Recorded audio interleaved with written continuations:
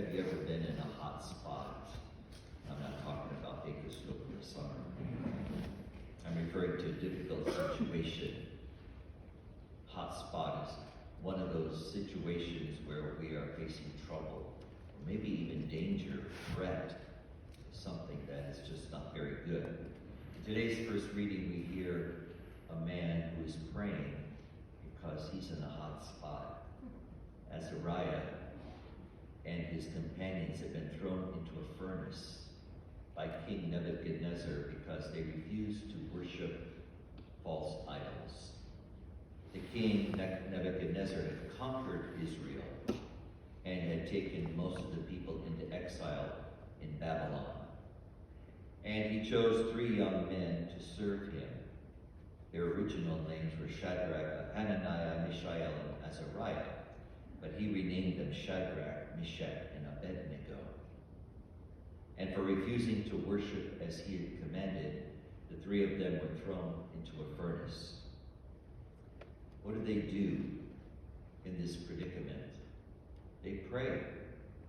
Azariah prays, asking God not only to rescue him if it is his will, but to save all of Israel. He reminds God of the promise that God made to Abraham, Isaac, and Jacob. He also tells God to look upon them, if necessary, as a sacrifice on behalf of the people of Israel. But as it turns out, God rescues them, and the king sees them walking around in the furnace unharmed. And that is when the king recognizes the power of the God of Israel to save. In the gospel, Jesus tells a parable about a man who finds himself in a hot spot. He and his family are going to be sold by their master because he owes his master a huge sum of money. But he begs the master for time. And the master takes pity on him and releases him from the debt.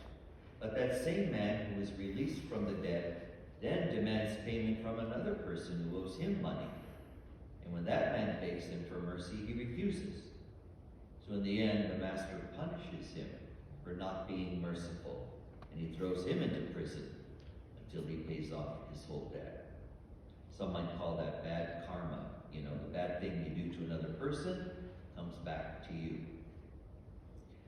Sometimes we find ourselves in these very difficult or challenging situations. And then what do? We spend a lot of time and energy trying to figure out how to get out of that situation. People experience so much worry and anxiety and even tears when they're facing hardship.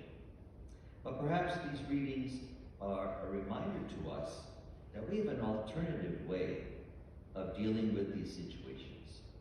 And that is our prayer, to beg God, if necessary, for mercy, to ask him to deliver us from the flames that we find ourselves in. Like Azariah, we appeal to God that if it is his will, we will be saved. Like the first man in the gospel story who was indebted to his master, he begged for mercy and he received it. Now this doesn't mean that when we pray we will magically have our troubles go away. No, we may have to go through the fire at times, but through our prayers we find strength and resolve to manage the struggle.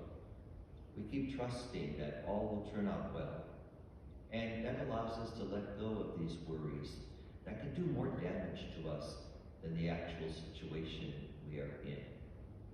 So ultimately, it's about trusting in the mercy and the presence and the forgiveness of God every day. When we receive the Eucharist, it's a reminder that Christ is within us and that he is the source of strength and mercy and forgiveness. If we carry Christ in our bodies, if we carry Christ in our minds and in our hearts, then we will find that those hot spots are not so hot after all.